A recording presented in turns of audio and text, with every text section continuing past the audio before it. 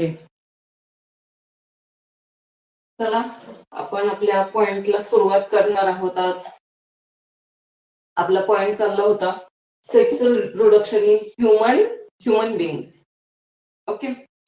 आता आपल्याला पाहायचंय मानवातील लैंगिक प्रजनन कसं घडून येतं हे आपल्याला पाहायचंय आणि हे आपल्याला दोन पॉइंट्स मध्ये पाहायचं आहे. ते आहे ह्युमन मेल रिप्रोडक्टिव्ह सिस्टीम आणि ह्युमन फिमेल रिप्रोडक्टिव्ह सिस्टीम. या दोन पॉइंट्सद्वारे आपल्याला हे sexual reproduction in human beings पाहायचं आहे.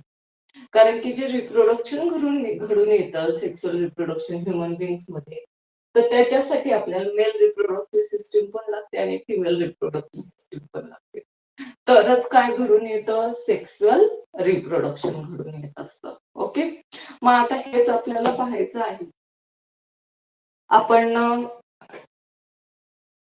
जे काही चॅप्टर आहे हेरिडिटी आणि हेरिडिटी पाहिला वाचला असेल तुम्ही, हेरिडिटी आणि व्हेरिएशन्स.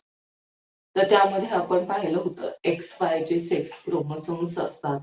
तर हे एक्स वाय सेक्स क्रोमोसोम्स कोणामध्ये असतात रे? मेन्स मध्ये असतात. आणि वुमेन्स मध्ये कोणते असतात? एक्स एक्स सेक्स क्रोमोसोम्स असतात. अभ्यासलेलं आहे आपण. ओके. जे काही सेक्स क्रोमोसोम्स असतात तर ते मेन्स मध्ये कोणते असतात? एक्स वाय असतात आणि वुमेन्स मध्ये कोणते असतात? एक्स एक्स क्रोमोसोम्स असतात. सेक्स क्रोमोसोम्स म्हणतो, जे की एक नवीन सायकोट तयार करण्यासाठी, एक न्यू एम्ब्रियो तयार करण्यासाठी या सेक्स क्रोमोसोम्सची आवश्यकता असते. जे काही रिप्रोडक्टिव्ह सिस्टीम्स आहे यामध्ये specific organs develop in body of mens and womens due to the sex chromosomes only. पहा, जे काही रिप्रोडक्टिव्ह सिस्टीम आहे, प्रजनन संस्था आहे, त्यामध्ये विशिष्ट अशा प्रकारचे ऑर्गन्स असतात, अवयव जे आहेत, जे की या रिप्रोडक्शनसाठी, या सेक्सुअल रिप्रोडक्शनसाठी कसे आहेत ते महत्वाचे आहेत आणि ते मेन्स मध्ये पण आणि म्हणून त्यांचा विकास झालेला आपल्याला दिसून येतो. जे काही एक्स क्रोमोसोम्स कशामध्ये प्रेझेंट असतात? X chromosomes is present in mens and womens, दोन्हीमध्ये पण असतात. ओके. एक्स जे क्रोमोसोम्स आहेत, एक्स क्रोमोसोम्स हे मेन्स मध्ये पण असतात आणि वुमेन मध्ये पण असतात. एक्स क्रोमोसोम्स दोघांमध्ये असतात. बट पहा, परंतु जे काही वाय क्रोमोसोम्स आहेत तर ते वाय क्रोमोसोम्स फक्त कोणामध्ये प्रेझेंट असतात? मेन मध्ये प्रेझेंट असतात. कोणामध्ये प्रेझेंट असतात? मेन्स मध्ये. आणि वुमेन मध्ये काय असतात? एक्स एक्स क्रोमोसोम्स असतात. हे लक्षात ठेवायचे. पहा, वुमेन्स मध्ये एक्स एक्स क्रोमोसोम्स असतात आणि मेन्स मध्ये एक्स वाय क्रोमोसोम्स असतात. एक्स एक्स मेन्स आणि वुमेन्स मध्ये दोन्हीमध्ये पण प्रेझेंट असतात, परंतु फक्त जो वाय क्रोमोसोम्स आहे तो फक्त कोणामध्ये असतो? मेन मध्ये असतो, पुरुषांमध्ये असतो. ओके. इथपर्यंत लक्षात आलेलं आहे का? मग यावरून आपल्याला पहा, ह्या ह्युमन रिप्रोडक्टिव्ह सिस्टीमचं फंक्शन काय आहे, ते कसं कार्य करतं ह्युमन रिप्रोडक्टिव्ह सिस्टीम, हे आपल्याला पाहायचंय. कशाद्वारे बघायचंय हे? ह्युमन मेल रिप्रोडक्टिव्ह सिस्टीमद्वारे आणि ह्युमन फिमेल रिप्रोडक्टिव्ह सिस्टीमद्वारे पण पाहायचंय की हे रिप्रोडक्शन कसं घडून येते, यांचं कार्य कसं घडून येत असतं, कार्य काय आहे, हे आपल्याला या ह्युमन रिप्रोडक्टिव्ह सिस्टीमद्वारे पाहायचंय. तर फर्स्टली आपल्याला पाहायचंय ह्युमन मेल रिप्रोडक्टिव्ह सिस्टीम बघायची आहे. पहा, यामध्ये मानवी, आपण त्याला पुरुष प्रजनन संस्था असं म्हणू शकतो. ठीक आहे. यामध्ये पहा, जे काही मेल रिप्रोडक्टिव्ह सिस्टीम्स आहेत तर या मेल रिप्रोडक्टिव्ह सिस्टीम मध्ये ह्युमन कन्सिस्ट ऑफ टेस्टिस. काय काय असतं हे लक्षात घ्या अगोदर. काय काय असतं ह्युमन मेल रिप्रोडक्टिव्ह मध्ये? टेस्टिस असतात, वेरियस डक्ट आहेत आणि ग्लॅन्ड्स आहेत. टेस्टिस आहेत, त्या दोन टेस्टिस आहेत. तर ग्लॅन्ड आहेत, पहा ग्लॅन्ड तुम्हाला त्या डक्ट दिसून येत आहे. ओके. ग्लॅन्ड अँड डक्ट, वेरियस म्हणजे विविध डक्ट म्हणजे काय, वाहिन्या, आणि ग्लॅन्ड्स म्हणजे ग्रंथी आपल्याला या ह्युमन मेल रिप्रोडक्टिव्ह सिस्टीम मध्ये दिसून येतात. आलंय लक्षात? लक्षात ठेवायचे आहे, प्रत्येक पॉइंट लक्षात ठेवायचे, तुम्हाला एक्सप्लेन करायला येऊ शकतं. Human male reproductive system diagram सहित, डायग्राम काढून तुम्हाला एक्सप्लेन करायला येऊ शकतं 5 मार्काला. ओके, त्यामुळे व्यवस्थित लक्ष द्यायचं आहे. काय काय सांगितलेलं आहे यामध्ये? मेल रिप्रोडक्टिव्ह सिस्टीम किंवा human male reproductive system consist of testis, various duct and gland. Okay, त्या सगळ्या काय आहेत रे? डक्ट आहेत, म्हणजे वाहिन्या आहेत, नळ्यासारख्या दिसतात त्या. आणि ग्लॅन्ड म्हणजे ग्रंथी, जो एखादा स्त्राव स्रवत असतात, सिक्रेट करत असतात, त्यांना आपण ग्लॅन्ड असं म्हणत असतो. आणि डक्ट म्हणजे वाहिनी, ज्यामधून हे सिक्रेशन वाहून नेलं जातं, त्यांना आपण काय म्हणतो? डक्ट असं म्हणत असतो, वाहिन्या असं म्हणत असतो. ओके, मग पहा, testis are present in a scrotum outside the abdominal cavity. Testis ज्या असतात, या टेस्टिस तुम्हाला दिसून येत आहेत. तर या टेस्टिस कुठे प्रेझेंट असतात रे? Testis are present in the scrotum. हे स्क्रोटम दिसून येते तुम्हाला दोन्ही साईडला. या स्क्रोटमच्या आतमध्ये आपल्याला काय दिसून येतात? टेस्टिस दिसून येत असतात in the abdominal, outside the abdominal cavity. Outside the abdominal cavity म्हणजे उदराच्या बाहेरच्या बाजूला, म्हणजे बाहेरून काय असतात? हे स्क्रोटम आपल्याला दिसून येतात. म्हणजे टेस्टिस जे आहेत तर ते उदराच्या, उदर पोकळीमध्ये नाही, आपल्या शरीराच्या आतमध्ये ते नसतात, शरीराच्या बाहेर असतात. त्यामुळे त्यांनी काय सांगितलंय? आउटसाइड द ऍब्डॉमिनल कॅव्हिटी, म्हणजे ऍब्डॉमिनल कॅव्हिटी, उदर पोकळीच्या बाहेर हे अवयव आपल्याला दिसून येत असतात. या टेस्टिस आपल्याला दिसून येत असतात. आलंय लक्षात इथपर्यंत? Testis are present in a scrotum. Testis कशामध्ये प्रेझेंट असतात? स्क्रोटम मध्ये, म्हणजे वृषणकोश असं म्हणतो. आणि हा वृषणकोशामध्ये या टेस्टिस प्रजनन उपस्थित असतात. वृषण काय असतात? हे उपस्थित असतात आणि ते उदर पोकळीच्या बाहेर असतात. मी सारखं सारखं सांगते तुम्हाला लक्षात राहण्यासाठी. ओके, देन पहा, testis contain numerous seminiferous tubules. वृषणामध्ये असंख्य काय असतात रे? शुक्र नलिका असतात, शुक्रजनन नलिका असतात. सेमिनिफेरस ट्यूबल्स म्हणजे हे टेस्टिस दिसून येते. तर या टेस्टिस मध्ये असंख्य अशा काय असतात? अशा प्रकारच्या असंख्य अशा काय दिसून येतात आपल्याला? सेमिनिफेरस ट्यूबल्स दिसून येतात. सेमिनिफेरस ट्यूबल्स मध्ये वृषण जनन नलिका दिसून येत असतात आपल्याला. शुक्रजनन नलिका आपल्याला या कशामध्ये दिसून येत असतात? टेस्टिस मध्ये दिसून येत असतात. मग यांचं काम काय असतं? काय असतं काम? पहा, testis contain numerous seminiferous tubules, then germinal epithelium present in a tubules divide by meiosis to produce the sperm. आता या ट्यूबल्स मध्येच, म्हणजे जे सेमिनिफेरस ट्यूबल्स आहेत, तर त्या सेमिनिफेरस ट्यूबल्स मध्येच काय प्रेझेंट असतात रे? Germinal epithelium. काय असतात? जर्मिनल एपिथेलियम म्हणजे ज्या काही अभिस्तराच्या पेशी, अभिस्तर पेशी असं म्हणतो आपण, तर त्या या ट्यूबल्स मध्ये प्रेझेंट असतात. जेव्हा हे टेस्टिस काय प्रोड्यूस करतात? स्पर्म प्रोड्यूस करतात. स्पर्म प्रोड्यूस करतात, तेव्हा हे स्पर्म या ट्यूबल्स मार्फत काय केली जातात? आउटसाइडला, बाहेरच्या बाजूने ढकलल्या जात असतात. आलंय लक्षात? काय सांगितलेलं आहे? सेमिनिफेरस ट्यूबल्स मध्ये काय प्रेझेंट असतात? Germinal epithelium present in the tubules. या नलिकेमध्ये जर्मिनल इपिथेलियम म्हणजे अभिस्तर पेशी उपस्थित असतात. And they divide by meiosis to produce a sperm. जे स्पर्म तयार केलेलं आहे तर ते डिव्हाइड करण्याचं, त्यांना विभाजित, मिओसिस द्वारे विभाजित करण्याचं काम जे आहे हे या जर्मिनल इपिथेलियम द्वारे केलं जातं. And then those sperm are send forward through various tubules. मग हे जे स्पर्म असतात, हे जे स्पर्म तयार केलेले आहेत, हे जेव्हा या जर्मिनल एपिथेलियम आणि सेमिनिफेरस ट्यूब्यूल्स मधून काय केले जातात, बाहेर टाकले जातात, तेव्हा हे कोणाकडे येतात रे हे स्पर्म? या इपिडायडॅमिस मध्ये येतात. कशामध्ये येतात हे स्पर्म? आपण या ठिकाणी एखादा स्पर्म काढू. आता हा जो स्पर्म आहे हा कशामध्ये आला? इपिडायडॅमिस मध्ये आला.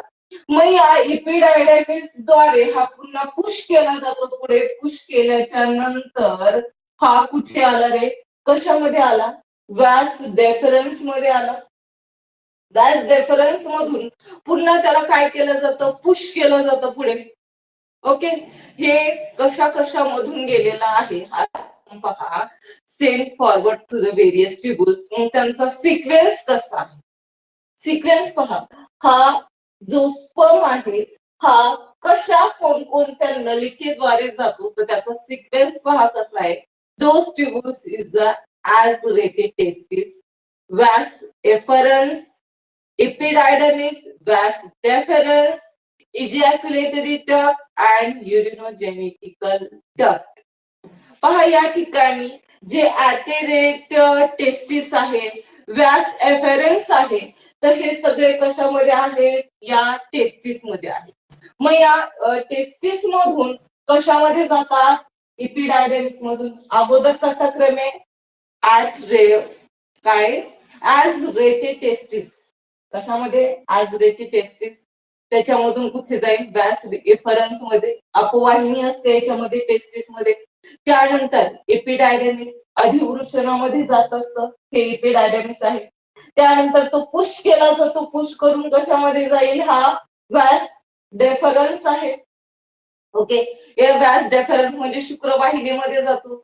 देन पुन्हा काय केलं जातं? याला पुश केलं जातं. पुश केल्याच्या नंतर तो कशामध्ये जातो रे? इजॅक्युलेटरी डक्ट मध्ये. ह्या ज्या काही इजॅक्युलेटरी डक्ट आहेत, तर या इजॅक्युलेटरी डक्ट मध्ये काय करतात? हे स्पर्म एंटर करतात. या इजॅक्युलेटरी डक्ट मधून ते पुन्हा कशामध्ये एंटर करतात रे? या युरिनोजेनिटिकल डक्ट मध्ये. या युरिनोजेनिटिकल डक्ट मध्ये या स्पर्म काय करतो? नंतर प्रवेश करतो. असा काय आहे त्याचा सिक्वेन्स आहे स्पर्मचा.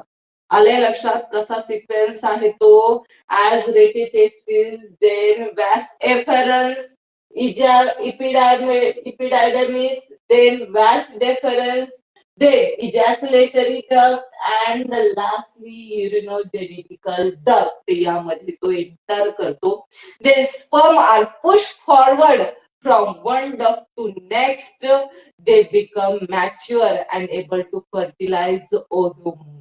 जेव्हा पहा हे स्पर्म जे असतात, तर हे एका डक्ट कडून दुसऱ्या डक्ट कडे काय केले जातात? पुश केले जातात. कुठपर्यंत हे पुश करत असतात?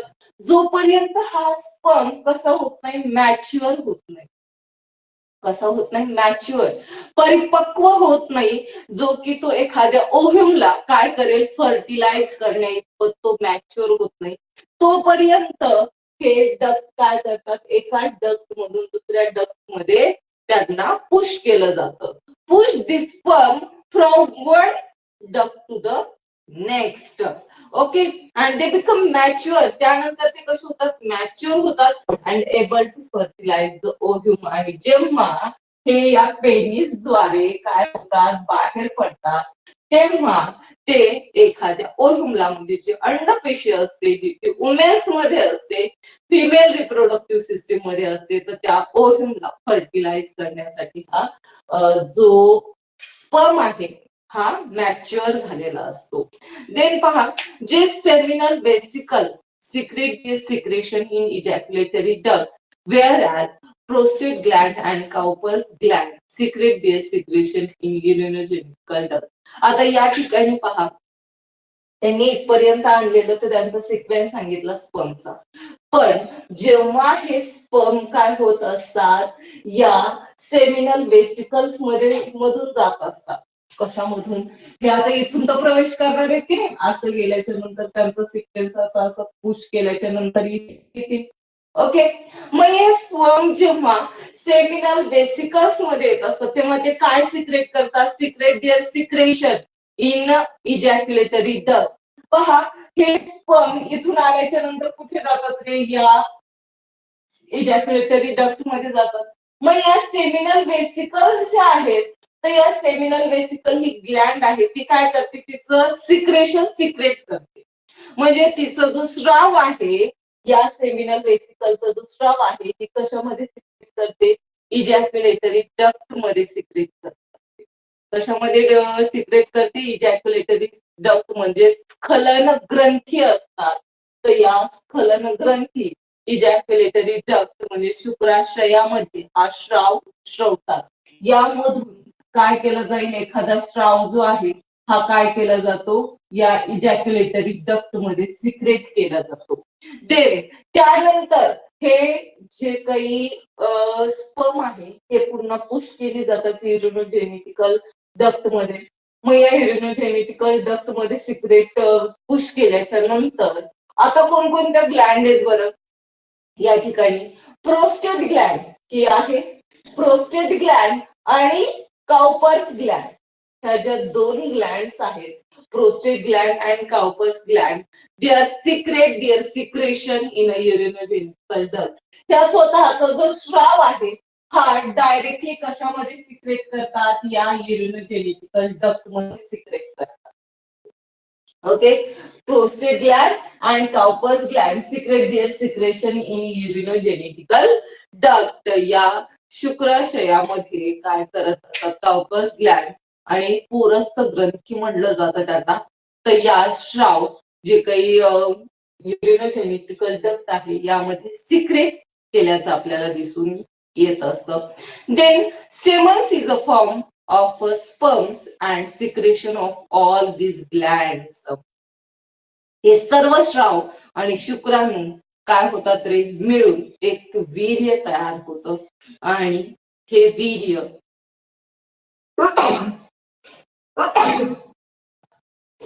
सॉरी पहा, हे काय होतंय आज?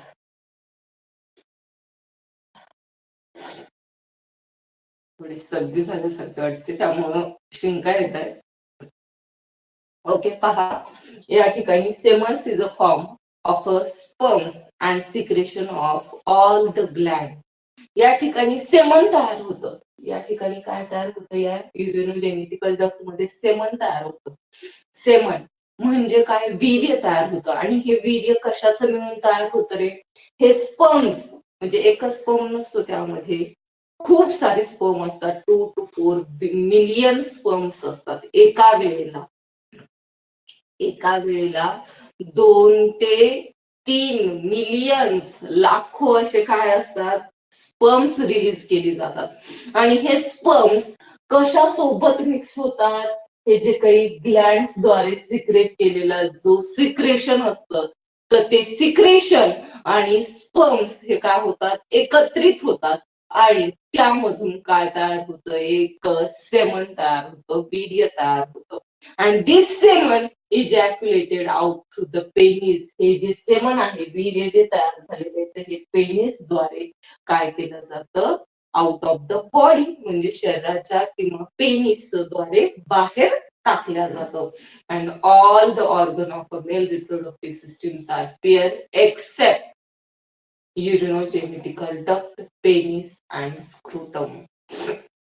या ठिकाणी मेल रिप्रोडक्टिव्ह सिस्टीम मध्ये सगळे जे आहेत तर ते पेअर्सने दिसून येतात, परंतु युरिनोजेनेटिकल डक्ट, पेनिस आणि स्क्रोटम जे आहे तर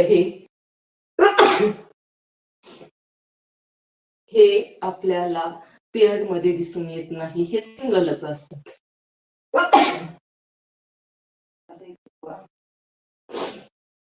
का असं होतंय? सर्दी झाली की माणूस परेशान होऊन जातो. बाकीचं काही दुखू द्या पण सर्दी होऊन. आणि आजकाल सर्दी झाली म्हणजे तर खूपच भयावह अवस्था आहे. ओके, समजलंय सगळ्यांना? सांगा मला एकदा. हो. हो. व्यवस्थित सगळ्यांना? ओके, याच्यामधले सगळेच पॉइंट महत्वाचे आहेत पहा या मेल रिप्रोडक्टिव्ह सिस्टीम मधले. त्यामुळे प्रत्येक पॉइंट व्यवस्थित लक्षात ठेवायचा आहे. ग्लॅन्डचा असेल तो, त्यानंतर त्यामधल्या वेरियस डक्ट्स असतील, त्यानंतर ग्लॅन्ड्स असतील, आता हे युरिनरी ब्लॅडर मध्ये युरिन स्टोअर केलं जातं. युरिनरी ब्लॅडर युरिन जे सिक्रेट करत असतो आपण पाणी वगैरे पिल्याच्या, तर ते युरिन यामध्ये स्टोअर केलं जातं आणि ते पण या पेनिसद्वारेच कॅपिलर रिलीज केलं जातं. म्हणजे यांच्यासाठी वेगवेगळ्या दोन काय नसतात, डक्ट नसतात, वाहिन्या नसतात. दोन वेगवेगळ्या प्रकारच्या वाहिन्या नसतात. युरिन वेगळ्या वाहिनीतून रिलीज केलाय आणि जे सिक्रेशन आहे, सेमन्स आहेत, हे वेगळ्या डक्ट मधून सिक्रेट केलेले असं नाही. दोन्ही एकाच मार्गाने सिक्रेट केल्या बाहेर टाकल्या जातात. ओके, हे होतं तुमचं ह्युमन मेल सिस्टीम. आता आपल्याला पाहायची ह्युमन फिमेल रिप्रोडक्टिव्ह सिस्टीम. आहे का आपल्याकडे time? Human female reproductive system साठी